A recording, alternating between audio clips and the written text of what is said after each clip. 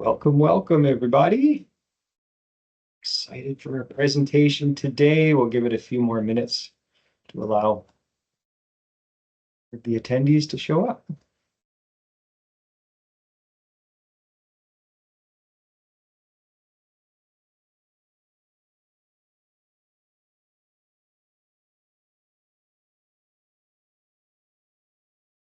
Garth, you pumped for your demo? Yeah, it's a great day for a demo. It is a great day for a demo, that is for sure.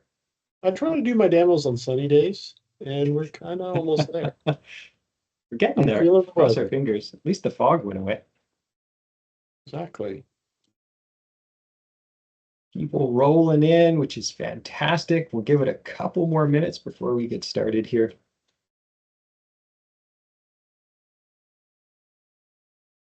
For everybody who's already joined, welcome. Excited to share on business process automation today. Garth Cumming, TLC Solutions, joining for the live demo later. Aaron Toplesian, Director of Revenue Ops, joining for the Q&A for any of those big challenging questions that are probably going to stump me. Got a team here ready to support. Excited. Let's give it another minute here and then we'll get this fired up.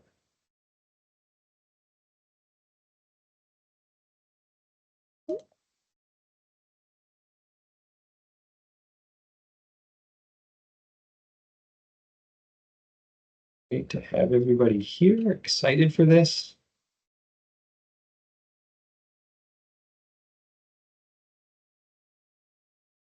10:01, we'll go live at 10:02. So there's the last couple of people joining in. Want to make sure everybody gets all the information.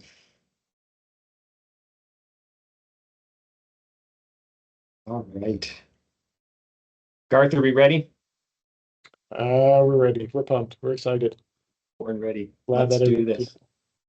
Absolutely. Let's dive into a presentation here. Okay, everybody, very excited you were able to join us today for this presentation, Business Process Automation, Elevating Your Employee Experience, Unlocking Massive Productivity Gains. Absolutely looking forward to sharing some productivity insights from the world of business process automation.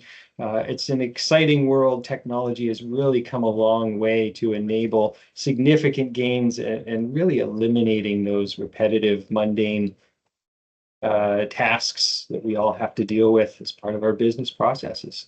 So let's dive in. Here's what we're going to cover today. So there's some businesses out there, perhaps some listening to this webinar, who have definitely already jumped into the world of process automation, business process automation. I applaud those businesses and those leaders. For those who haven't yet, and potentially some of the people on this webinar today, my goal is to really shed some light into the world of business process automation, the concepts that go into it, and hopefully inspire some curiosity if you haven't tapped into the power of process automation, what it can do for your business. So the things that we're going to cover, so stats and trends. It's important to know what's going on in the world with relation to business process automation right now. And also, it doesn't have to be a scary topic. So there are, unfortunately, some barriers, but that is reality in this day and age, barriers to business process automation. We're going to cover those, and we're going to cover how to overcome a few of them. I want everybody to walk away with a good understanding of the what's and hows, so those key concepts. We're going to cover a few case studies. Garth is here. He's going to take us through a really cool live demo. And at the very end, we'll make sure there's time left. We'll do some Q&A, and we'll make sure if you've got some burning questions, we'll be happy to answer those. So first things first, business process automation. What is it? I want you to think about the drill. So people buy a drill not because they just want to go and buy a drill. It's a means to an ends. And ultimately, when you buy a drill, it's all about hanging a piece of art or building a piece of furniture, but there's an ends that you're going for. And business process automation is like the drill. Okay, it's a means to an ends. And the ends that I alluded to in the title of the presentation really is the goal of making massive productivity gains, reducing errors, and speeding up business, reducing costs. So really think about that. It's not the drill, it's the piece of art that we want to hang on the wall. So the case for business process automation. So this slide, I'm not going to read slides. I should clear the air on that. I'm a huge fan of really speaking to it. And this slide is really ultimately about where business is at in this day and age when it comes to automation and technology and what is available and how far it's come in recent years and ultimately where it's going. It's advancing faster and faster. And it's getting more prevalent in this day and age that if we're not adopting these technologies, there is a very big reality of getting left behind or getting outpaced by businesses who are taking advantage of these automations and doing and being able, to do things faster, less errors, more efficiently than businesses who aren't taking advantage of technology in this day and age. Unfortunately, it's also, or fortunately, I guess I should say, when it comes to the teams that we have, they don't like the repetitive and mundane tasks either. They would love to see a world where they have more time to be able to spend on the value-added interactions with clients. They'd love to be able to eliminate those mundane tasks, those repetitive tasks, those time-consuming tasks. And they want to be able to do a better job and not being handcuffed by things that could be easily automated in this day and age. So some big numbers there. We can see it, 90% of employees being burdened with those boring and repetitive tasks, and we can unlock that for them. And not too long ago, I had the pleasure of sitting in on a presentation done by BDC. Got to give them credit for some of the information that they shared on the topic of productivity specifically. And the productivity numbers, perhaps you've heard about it in the news, and if not, this is our reality. BDC shared some great stats of how much we're lagging the US. And not only that, but the labor market tightening and where things are going, even with retiring workers. Business process automation is one of those tools that can help us not have these impacts when it comes to productivity and the labor force in order to eliminate a lot of the work that is being done, again, with relation to the repetitive tasks. And on top of that, as far as business impact is concerned, it's investing in automation, investing in productivity, and how much that can impact a business from a sales, from a profits, and from an EBITDA standpoint, making business that much stronger, that much financial healthier. So there's barriers. Unfortunately, when it comes to the barriers of business process automation, they're real. I've been here in my past. These are absolutely things that are realistic, and they are things that need to be addressed by any business as you want to invest in technology and automation. I can't touch on all of these. I wish I could. I really wish I could. But the bolded ones there, I'm definitely going to touch on these with respect to what are some tactics, what are some things that businesses can do in order to address these? Because it is important that we address these if we're going to make sure something like business process or automation is successful. So the first one, not sure where to begin. This is reality. It's a new technology. And I'll say really quickly, if any would like, we've got a 10-step process for what to consider when implementing business process automation. Shoot me an email after. I'll have my contact information at the end. Happy to share that information with everybody. But the absolute best place to start, as it says on this slide, and this is one of the things that we do, is meeting with a team, meeting with a company to ask them questions like this. But ask the team, who better to ask for where to improve processes, automate processes than the people who are actually responsible or tasked with completing and working through those processes in the business. So that by far is the number one place to ask or number one place to start is go to the team, get an understanding of current state. There's also the perception of high cost, and potentially back in the day, there was a very large cost because of the resources, because the knowledge, the technology wasn't there yet in order to support it. But in this day and age, the technology, the experience, the expertise has come a long way, and the cost shouldn't be necessarily thought about as a cost, but it's that ROI. I know in my past, when I was in manufacturing, I would look at ROI from an equipment standpoint in multiples of years. But with process automation, what we're already seeing is that ROI, significant return on investment, can be realized in a matter of months and sometimes sooner. So the investment into this is not necessarily a high cost. It's actually a very investment-driven, return-driven cost that can be put right back into the business and also on the culture side as well.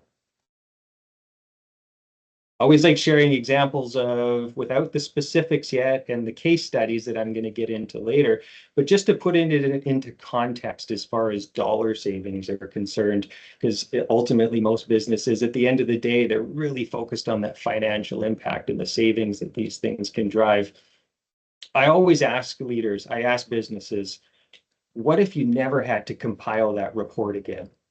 What if you never needed to manually enter data or create a new customer or use that manual entry for order entry? What could you do with your time? Forbes put out a study, and they found that 53% of employees say they can save up to 2 hours a day.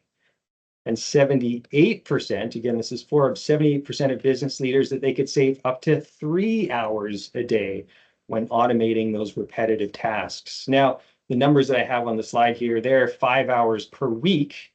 So 2 hours a day, we're now at 10 hours a week. 3 hours a day, we're now at 15 hours a week. We can do the math. We can see how much that's going to increase those savings, capacity, productivity improvements, and ultimately the dollars for the business and how much impact that is going to drive. So the savings and the potential and the possibility of eliminating those repetitive mundane tasks and automating them with business process automation, savings are real and the savings are pretty significant.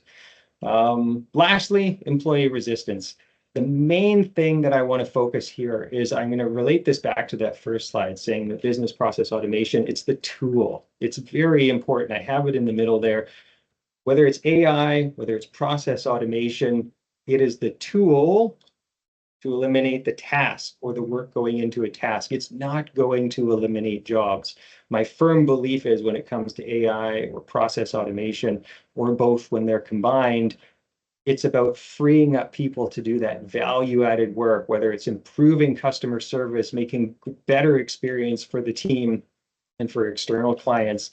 That is the power of freeing people from those mundane tasks, and ultimately how leaders present that and lead that and support that when you're implementing something like business process automation is critical. So now it's the business case, it's the why, it's the potential savings. So now what I'm going to get into, I'm going to get into some key concepts. So business process automation by itself is really made up of a bunch of other concepts or tools, so to speak. So I want to cover most of those at a bit of a high level just to make sure everybody knows the key concepts that go into business process automation. So AI, it's a big topic. It's a rapidly evolving topic. If you haven't seen the innovation adoption curve before, this is what it is. You can see it here on the screen. It is the early adopters, followed right after the innovators.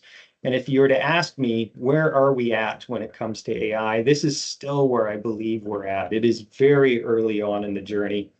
In fact, probably as I'm making this presentation, something new is coming out when it comes to AI that's already putting a lot of the information out of date that I'll share. But that's the beauty of AI. It's evolving very fast and it's enabling some amazing things for business and individuals. Besides the innovation adoption curve, if you've ever listened to Simon Sinek, the law of diffusion, it's the same model, right? So when it comes to adopting new technology and new ideas and things like process automation, we're always looking for those innovators and early adopters because that early majority will go where the early adopters and the innovators have been.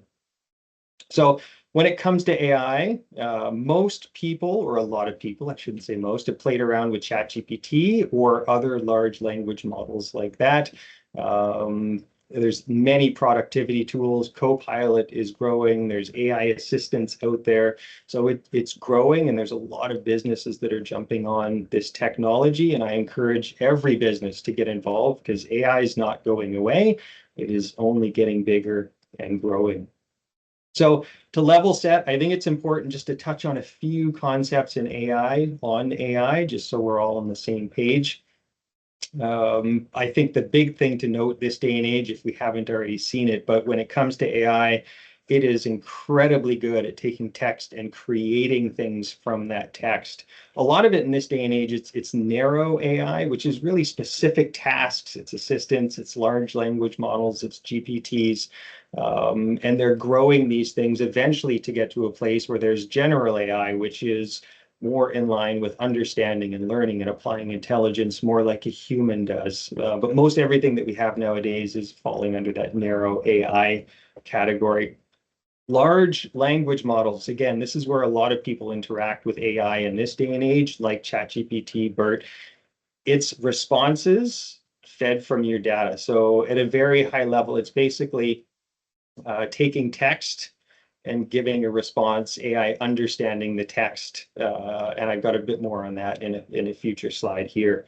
The tools that are out there, I say this any chance that I get, there's a big difference between the free tools that are out there and the paid tools that are out there.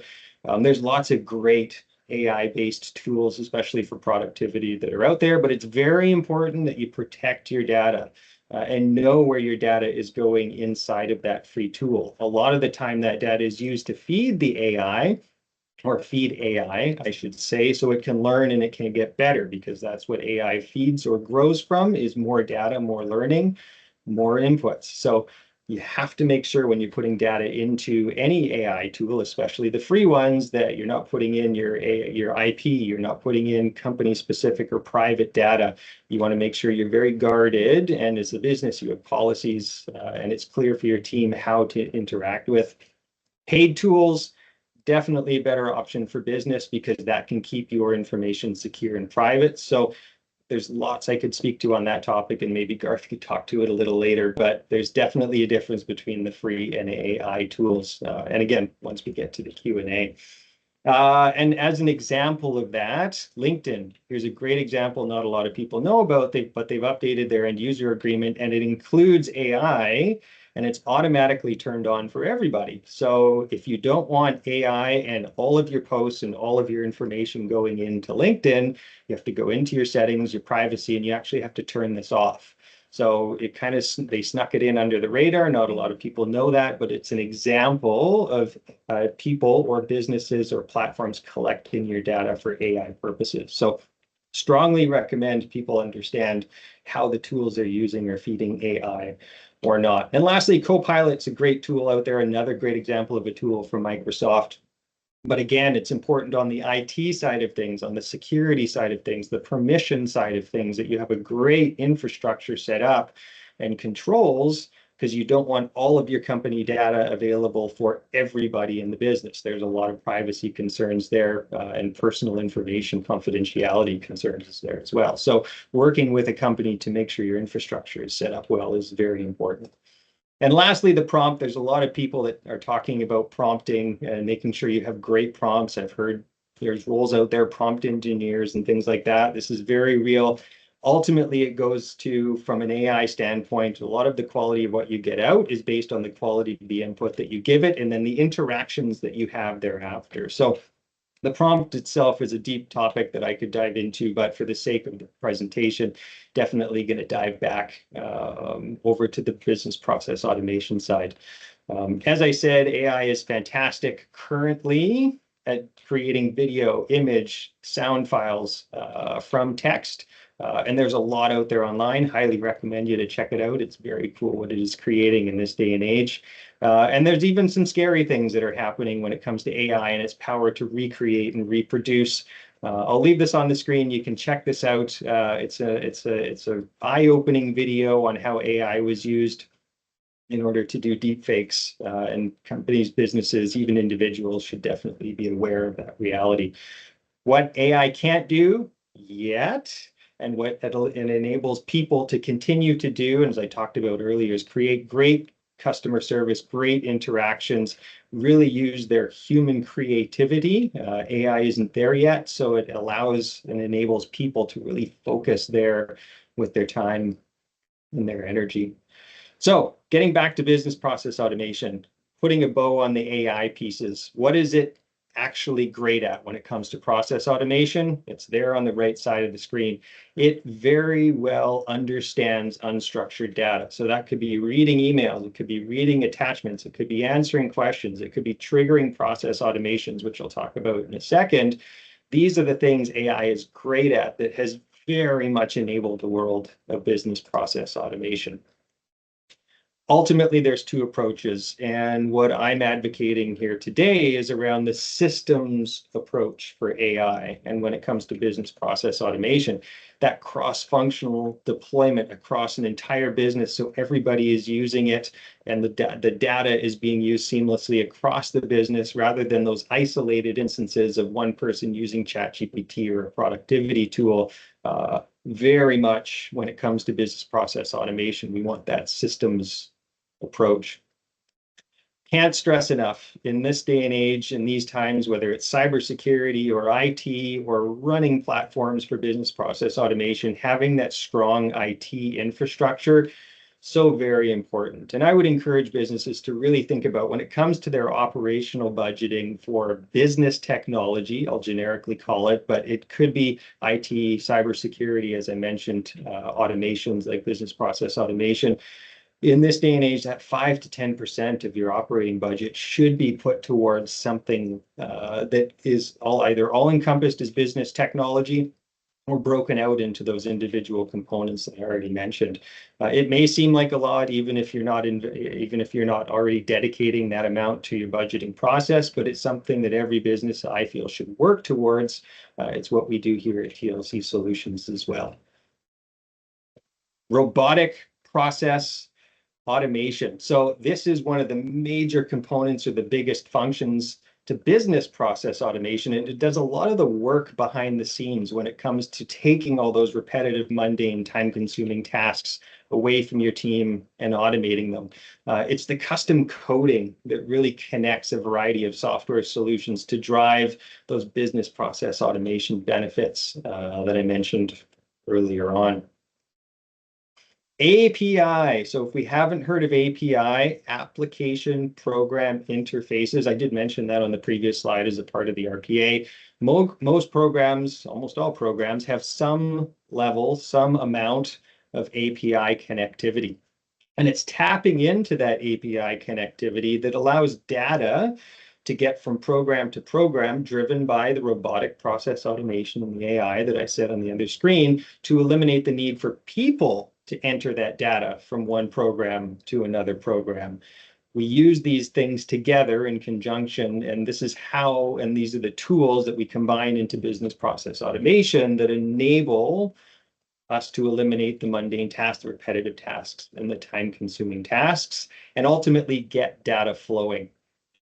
The last part of this is none of that can happen on its own. So there has to be a team of business analysts, product managers, developers working behind the scenes, knowing how to work with a business, understand their specific processes, their specific pain points, and then craft a solution called business process automation that eliminates those process pains for businesses. So it's a combination of the team members like we have here on the screen that really create these business process automation solutions. So to put a bow on it, business process automation, what is it? It's the combination of AI, artificial intelligence, robotic process automation, or RPA, as you probably heard, application program interfaces, those APIs, and then the custom coding and development to build those solutions. And that is ultimately what business process automation is. So it's meant to eliminate waste. So I want to touch on this very quickly. The waste in the form of those repetitive, mundane tasks, again, to have an understanding of what the financial impact is for businesses. And again, this is an example of just 15 minutes per day, right? And I shared from that Forbes study for frontline workers, it's 2 hours a day, so not 15 minutes. And for leaders, it can be upwards of 3 hours a day that could be saved or regained, however we want to phrase it, with business process automation. There's a massive financial impact, which means when you're implementing solutions like this is how the return on that investment, how it happens so quickly because of the amount of time that's saved. A couple fun examples I love to share. I'm not sure, and with the Canada Post strike right now, potentially this one hits home a little farther, but a while ago, many years ago, mail used to be sent in a fairly cumbersome way, right? You go to the store, you buy a stamp, you write the message, you mail the message, you wait, and eventually it's done. Well, in a very easily understood example, nowadays sending mail is as quick as typing it and hitting the send button. So this is a fun, everybody can understand example of process automation and how quickly things can be done now versus an old way. And when it comes to business processes, I kind of chuckle when I put this together, but in some way, shape, or form, I think a lot of businesses, even to this day, still have processes that resemble this. Something like an email is received. That email could be an order, it could be finance related, it could be supplier related, it could be order status related. There's lots of things that email could be starting, many processes that could be triggering. And then it's going to go through some form of CRM interaction, probably a spreadsheet or two, maybe a Word document. There's going to be a chat. It could be a virtual chat in Slack or Teams, or it could be a person-to-person chat. Maybe another email has to be sent. We got to wait for the response. Oh, now I'm going to have to phone and find out what's going on. And I'm going to log into something online. Maybe it's a supplier portal. Maybe it's a website. I maybe then have to interact with our ERP if we have an ERP, and then possibly send an email back to the person who originally sent me the first email. This isn't all that uncommon in many businesses. And in this day and age, business process automation can take something like this and either totally automate it and maybe make it one step or two steps, but it can take a significant amount of this process time and it can eliminate it. Which leads to the ultimate question: how much capacity, how much profit could your business be generating from something like business process automation rather than having people manually execute those tasks in your business? I can't answer that for you. Everybody has to answer that for themselves, but that is the ultimate question out of investing or putting in business process automation.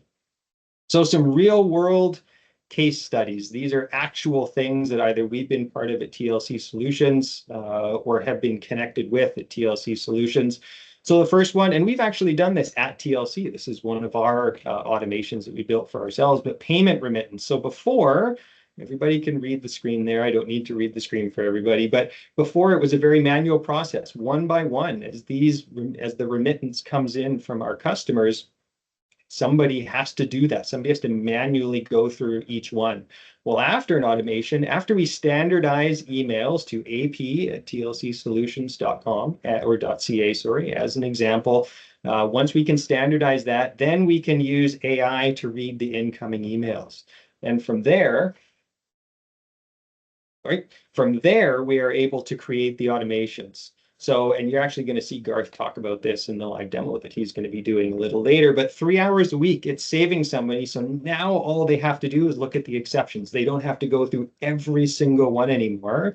Now they can just look at the ones that AI couldn't match.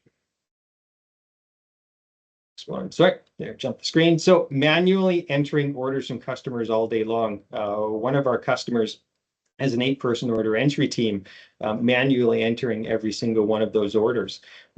What we can do, again, standardize where those orders come to. We can then automate the order entry process. AI reads the email, it then connects through RPA and the other things that we have built through business process automation, and it can automatically enter those orders. And this is the specific thing that you're going to see in the live demo with Garth. Massive amount of time. Those 6 people from that 8-person team, they can be freed up to do more value-added or customer service rather than just manual data entry work, creating much better experiences for clients.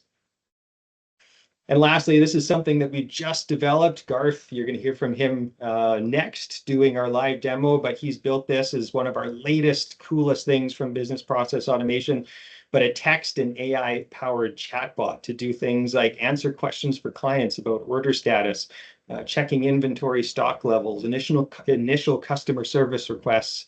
It could even be new client intake. There's lots of things that we can enable with this texting when you add AI, which is then triggering and looking at your internal systems and driving business process automation. So there's some very cool things that can be done in this day and age when it comes to business process automation.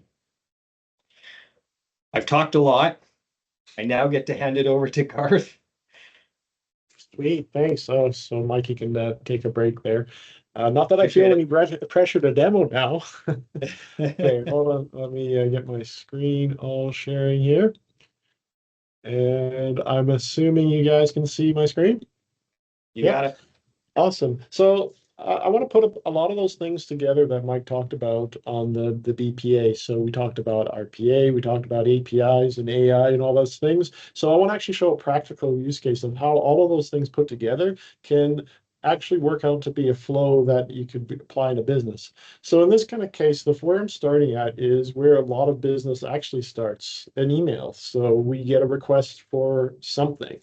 So we're using tools here. So the first, when I say API, we're using an API to fetch, like what are those emails that are kind of coming in? So we bring those emails here, and you can see in this example here a bunch of emails that are in our little sandbox environment, and then we apply AI on this to categorize what type of email is it. Okay, so we have one that's an order, and then maybe one that's an order info request, and the other ones are order. So that's where AI comes in for the categorization component. So again, we're not just using just one global AI to just handle it all. It's actually a combination of many, many different tools. So the neat thing about this one, now that we have this order, we know that it is an order item. We actually know what sort of model or process we can actually then deliver this to on the technology side. So since it's an order, we have a PDF here, and I can just open up this PDF. It's a purchase order for a couple of products here. It's pretty typical. And if I actually look at some of these other orders, we're going to see all so different types of shapes and sizes of PDF documents because they're never consistent. And so the beauty with the advancements in AI models, now we can do some automatic processing into the order and then bring that information into the system. So now we have AI that's not only just scanning the document, but reading content from the document. But it goes one more step further is we read that content, but then we can actually apply it to our actual business, like what fields are relevant for us to process and extract and then be part of our automation. So here I have this PDF document from that email address that has all the line items here. And then we have the items down here. Now the items are different in this because I want to showcase that not only that can we capture information now using AI, but now we also put other technologies like a machine learning to actually say, okay, what are the actual product codes used to match what the customer is providing? Because we can always assume that a customer is going to either give us the incorrect products or incorrect items. So there has to be a certain level of correction. And depending on your comfort level of how much you want to automate, this could be done fully and completely, or this could be used as a place for people to review these orders before going out, reviewing that the business information and shipping information and the pricing is all accurate. So while you can go with the fully automation, I actually believe that having just like 95% of it automated is probably the way to go because it allows you to still have that human touch and be able to customize some of those elements, but prevent users from having to enter in the order over and over and over again. So I'll go back to here. I'll pick up another example. We'll take Bob Smith's order here. So a lot more items that they have going on in here, but yet the model was able to easily pick up all these items and put them into the system. From here, it could be one click away to then engage the RPA side where it actually maybe puts it into your ERP platform, or maybe it goes into another platform, but that's be the robotic process automation. Like, great, we have the order. Now, how do we go about executing and moving on to the next stage of the game? So it depends on the business of how they would like to actually handle the order once it's complete. So that's a very quick demo of how that works. All that stuff is actually done live, and it's processed. You can take any sort of PDF or attachment and apply that same sort of logic. But the neat part is you can also be this kind of work can also be extended to other areas of business. So maybe you want to take little like bite-sized portions of what processes that you want to optimize, because maybe you can't do it all at once, and then slowly add on. So in the case of here, we get in an email that's like an order info request. Hi, can I get an update on this? 33450. So now that can categorize, we can build the AI to say, okay, now we have capability to, this is what we want AI to do when we get an order information request, and then maybe prompt a default response for the user to review to said, like, hi, Steve, the status of this order is XYZ. Happy to assist you in any ways. And then maybe your user just hits send.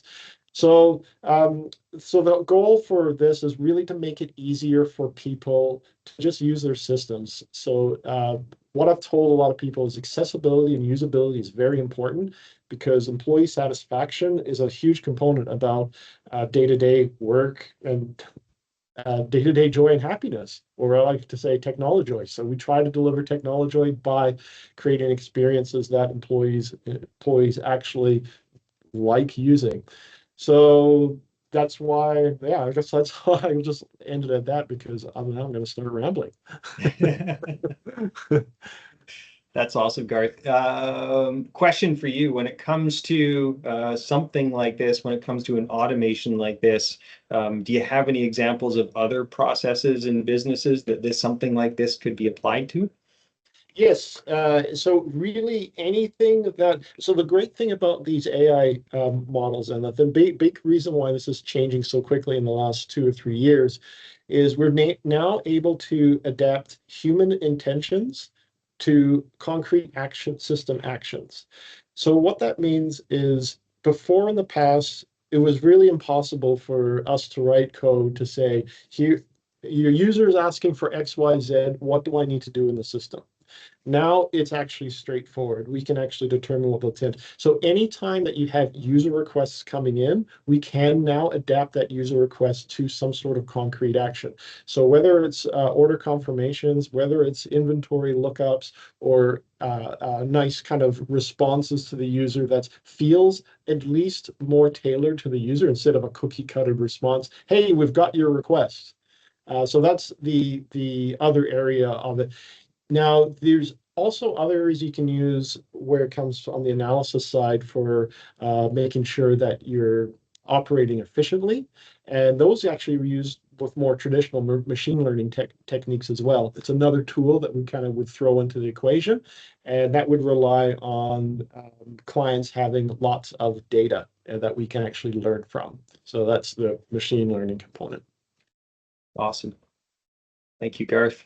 Not sure if anybody has any questions for Garth. We will be doing more Q&A at the end, just so everybody is aware. So you don't necessarily have to have a question now, but by all means, if you've got a question for me or Garth or Aaron, by all means, you can use the Q&A function. And at the end, we've got a couple more slides to get through here, but we'll be happy to answer any questions you may have. And Garth is definitely our resident expert on the topic of business process automation and AI and all things RPA. So last but not least, jumping in, Garth, can you give me a thumbs up? Can you see my slide? I kind of took over slide sharing. Okay, perfect. Awesome. Thank you much. Great demo, Garth. Thank you. Really appreciate that. A lot of what we come into as well when it comes to the business process automation, even after some knowledge sharing like this, is, well, where do I begin? What does this look like? What does this investment look like? So this isn't the only option, but this is an option that we like to put out for companies if they're interested in exploring this deeper. Again, this is just one option, so don't take this as the only option. So we wanted to put a bit of an assessment together, easy as 1, 2, 3.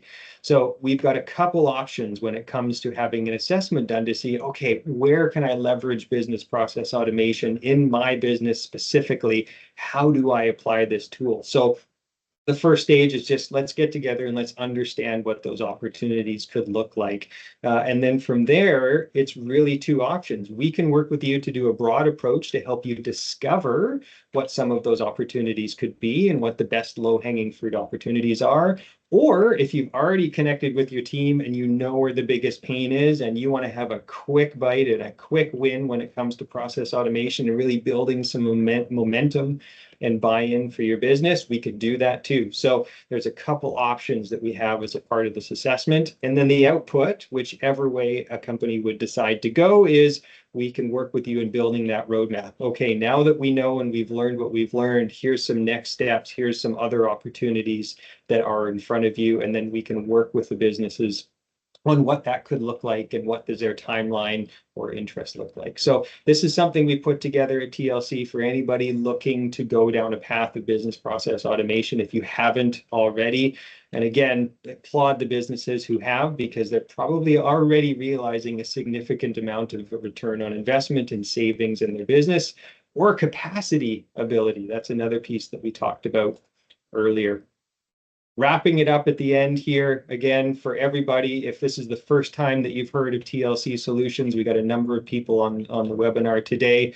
We help small and medium businesses be cyber secure, automate processes, that's the part that you heard about today, and achieve IT technology. Garth, thanks for using the word. That's one of our favorite words here at TLC Solutions, is technology. Cyber security tip for the day before we get to the Q&A. If anybody has any questions, don't scan unfamiliar QR codes. But this one you can trust. This one launches my contact information. So if you want more information, if you want those 10 steps for implementing process automation, business process automation, if you want that, if you're interested in the assessment and taking things to a next level, or if you just want to chat about possibilities, shoot us an email, shoot me an email. We're happy to connect and explore potential opportunities with you. With that, I will say thank you. This has been a pleasure. I'm going to stop sharing my screen now, and I'm going to leave it to, we've got a few minutes left here. We're actually a bit ahead of time, which is great because we've got a lot of opportunity and time to answer some questions. Looks like we already have a hand up here. Looks like Colin, you've got a question. Carson's got a question. We'll go with Colin first. Sure, Colin, see if I can allow you camera here, allow Mike. Can definitely get you if you're interested, or if you want, by all means, you can put it into the chat, however you'd like to ask. Oh, I had to unmute my mic here on my end. Okay, good. Oh, yes, sorry, yes. All right, super exciting. This is really great. I've got a question, a little bit in the weeds for Garth, but just on that case study that he had. Yes. So in that specific application, you're looking to take all of the emails that are coming in or all the messages that are coming in under the umbrella of like order, right? As we all know, in the real world, things get messy. So something that has that classification, there might be, 15 or 20 different variations on that. So in my mind, what I think you guys are doing is you might take a look at all of those order requests or emails or messages that are coming in, do some analysis on them, and then start with the most obvious or the most common messages to standardize that AI is going to look at, that they can handle that data. Is that sort of like a one-step iteration, and then look at what falls out next that's being manually handled instead of being automated, and then automating that step? Or can you sort of get a good global look at everything at the outset and sort of capture 99% of it? Yeah, that's a very good question. So the intent on this one is, as emails arrive, however they arrive, whether it's through one email address or multiple email address, or maybe you just connect your email address, as it goes through and syncs these email messages, it begins the categorization process as a message by message at one at a time. So then when they kind of come in, the AI model, we give specific instructions of how to categorize, how to actually determine what the categorization is of that message. So then when it actually then gets categorized, we can either say, we can apply confidence scores. So how confident are we in the categorization of this first email? If it's a confidence score of say X% or high, then you can then send it all the way directly to your automated process. If the confidence score is a little bit lower, then you can get users involved. It's like help the system determine what that message should be done. And then it's really up to the business of like on rules like how do you want to actually prioritize those. So, okay, so at the outset, then, are you defining all the sort of subcategories that could be under the order matrix or metric or whatever? And then AI will also at some point see that there's messages that are coming in that say, maybe we haven't thought of categorizing delivery time as opposed to delivery cost. So will the AI monitor those messages and at some point say, oh, we're getting 2 or 3 messages a day about delivery cost as opposed to delivery time, and it invents its own new category? Or is that a human? Yeah, only if you ask it to. So I would typically recommend that you don't do that because so what AI is good at kind of predicting an analysis and doing the analysis. What you have to be careful of is what's called the hallucinations of AI. And everyone's probably seen it when they've used it on ChatGPT. It's like, hey, can you give me the answer for this? Absolutely. And they say with 100% confidence it's this. So you want to actually be clear that so you actually want to say, typically my recommendation was like, here are the categories that we're currently processing with AI. I want you to best categorize this message for what you need. And then the next step on that would be have instructions is if it doesn't fall in this category, then let's please review it. Exactly. And it's not one AI, it'll be multiple AIs because then you could hand those exception messages to another prompt saying, hey, can you determine, like, are there some outliers here? Are there some patterns that you're seeing? So it's really not just one. I guess at some point it's just a practicality issue. I would assume at some point if there's only like 2 exceptions a month, they're just handled like you were talking about. They're just handled by humans. A person. Yeah, exactly. With a person, and there's no need to automate that because it's why would you bother?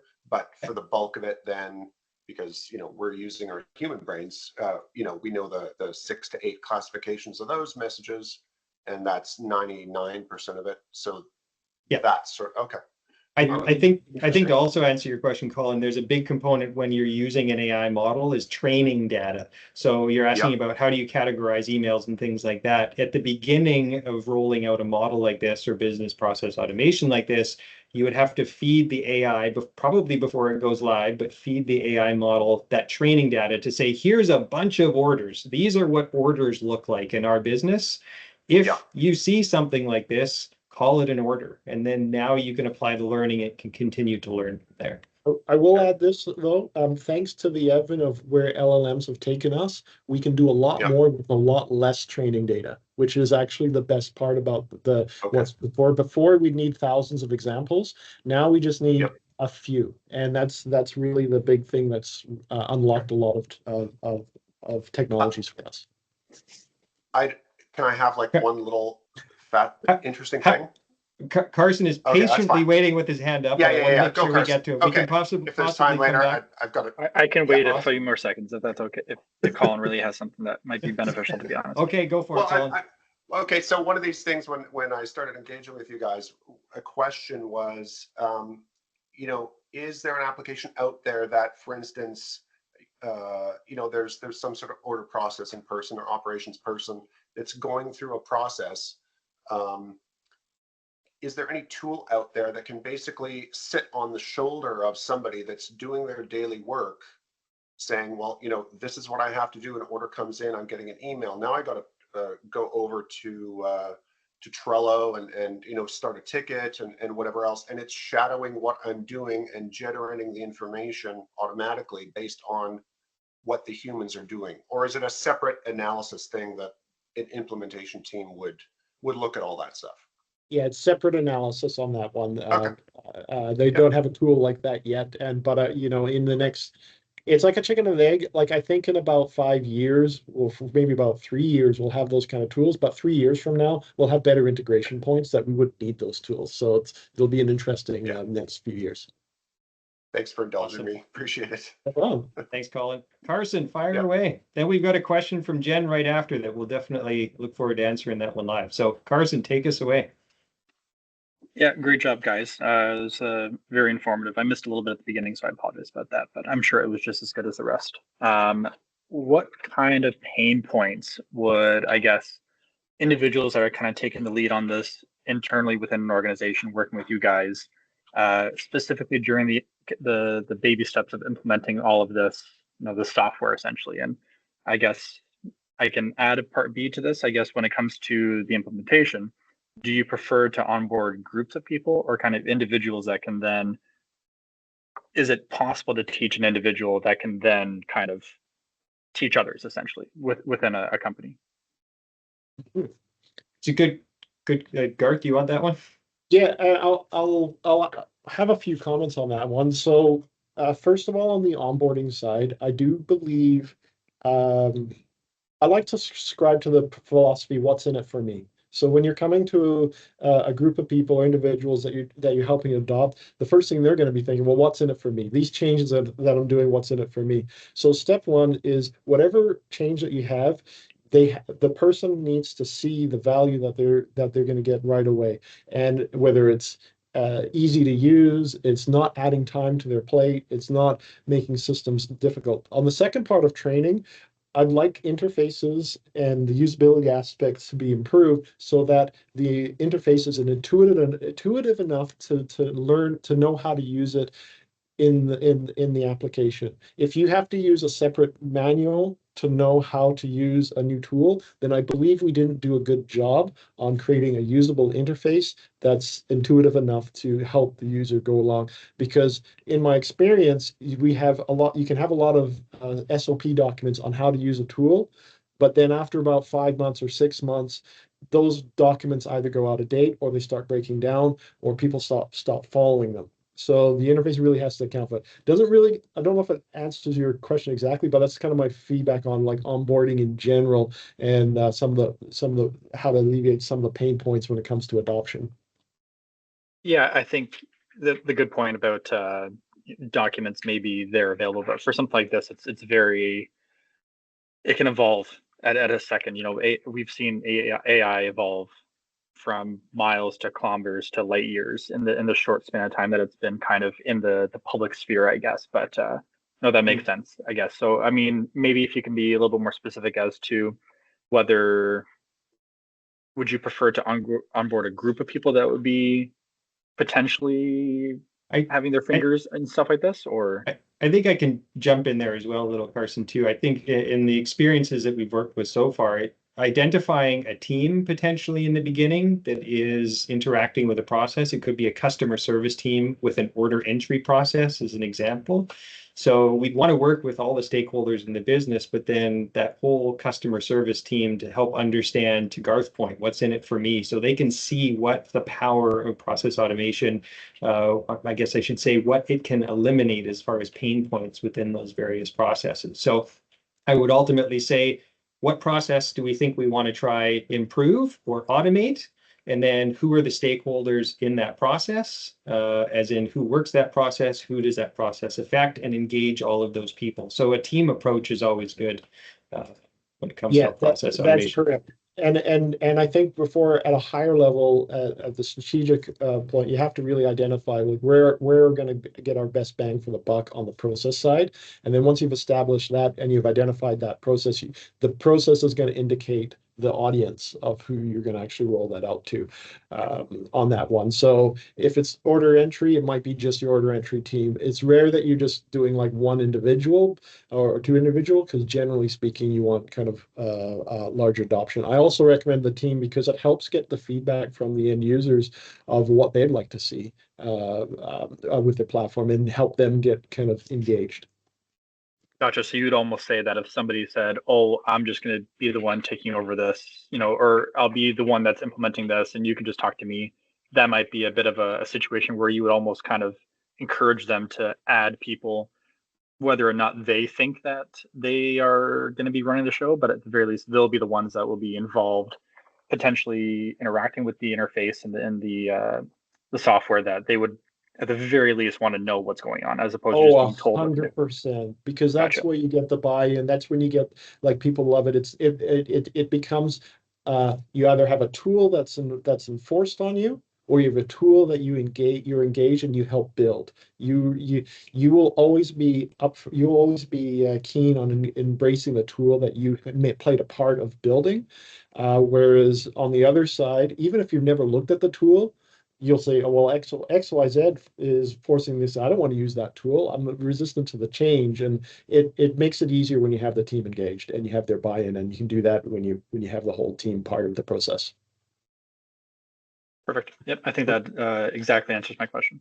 Great questions, Carson. Thank you. I want to definitely make sure we get to Jen's question in the chat. I'll read it for everybody here. How are these solutions maintained after a successful deployment? Great question. Are end users or in-house IT staff able to tune the behavior of the solution, or would this typically require intervention from TLC's team? So for the solutions that we built, there's always a component to maintenance and support after the solution is implemented, because as our team builds it, as they create the coding, they build the API connection with AI and RPA and all of those different components. There could be process changes or updates or tool changes or updates on the customer end.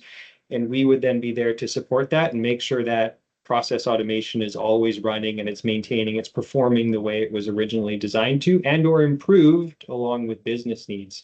So that's a long answer. The short answer is, yes, it would require, if we're building those interventions, we would definitely be the ones to maintain that, because our team of developers are the ones that created it. Garth, I don't know if do you have anything else to add to that? I sure do. So on that question, yes, you can have the ability to control a little bit of the behavior of the system. So where it makes sense, we'll expose, for example, prompting instructions. If you want to say, this is the tone of your messaging, or this is where XYZ needs to be, we can absolutely open that up to you. Where it gets, the things that can't be maintained is, like, say, Azure releases a new version of an AI model, and then they're sunsetting the old version. We would get involved in moving that over, because as you can see, a lot of these models are we're getting new models every single quarter, and we have to make sure that these models are effective, they work, they're tested, and there's a lot of movement in this space. So that's where we would get involved in that. The other thing I wanted to actually point out on the data side is, so these AI solutions, they're actually, we're aiming to always keep them within your Azure tenancy. So AKA your is Microsoft subscription, the data stays within there. So some of the same data that's already in your data center, that's where the AI is getting processed. It's not actually getting processed outside into a different environment. So it's the key. The factor is you'll have full control of that data. But with that comes okay, well, when there's new models, we have to make sure that we update the application to use the latest model so you can leverage them. Great clarity on the tenancy, Garth. Thank you. And Jen, great question. We got a couple minutes left here. Oh, new post. What is the best answer to people who say AI is taking human jobs? That's a great question. Garth, maybe we can end it on that. But for me, I don't think AI is taking people's jobs. I think people who know how to use AI is taking other jobs. But ultimately, as I said earlier, AI is a tool that's eliminating the repetitive and mundane tasks that people don't really truly want to do, and it's freeing them up to do more value-added work. So to me, that's how I view AI. It's freeing up people to do really good work that they want to do rather than the stuff that they don't want to do. Garth, do you have a 30 seconds on that? No, that's pretty much it. You can just tell people that, have you ever gone to ChatGPT and asked them to rewrite an email that you're going to send? Exactly. So that's the kind of work you just don't want to do. And we want to just eliminate the work that people don't want to do. Humans are valuable, our resources are valuable, and I want to emphasize that, how important it is to have humans part of the equation, but humans aren't doing us a lot of good if we're just doing those mundane tasks. We're selling ourselves short. Yes. One last question here from Reds. Is there any fees to maintain all of the AI API implemented? The short answer is yes. It's tough for me to give you an example because it ultimately depends on the complexity of the solution that was built. So I would say a rough estimate is ballpark 5% of what the initial build investment is, but ultimately it's a subjective number because I can't tell you what the solution is going to be. So, but the short answer is yes, there's a fee to maintain, definitely maintain and support, so that your team, any business, can come to us and or we are proactively monitoring it to say, oh, there's a bug, or we have to improve this, or the process needs to be updated, or to Garth's point, the platform changed and needs to be done. A great question. Okay. 10:58, doesn't look like there's any more questions. Thank you to everybody for joining. I hope you walked away with a bit of a better understanding of business process automation. Garth, thank you for the demo. That was awesome, and being here to help answer all the questions. Really appreciate it. If anybody has more questions, by all means, reach out to me, reach out to Aaron, reach out to Garth, anybody at TLC Solutions. We're happy to help and answer any questions. And we're also happy to help build out these automations if that's a direction you want to go. So thank you for joining. Thank you for your time. I greatly appreciate it. Thanks, Mike, and that was That a was lot of fun. Thanks, And guys. if you can go ahead and smash that like and subscribe. Oh wait, sorry, wrong. That's platform. YouTube. That's YouTube. That's not here. Thanks, Thanks, everyone. everyone. Thanks, everybody. Have a great day. Bye.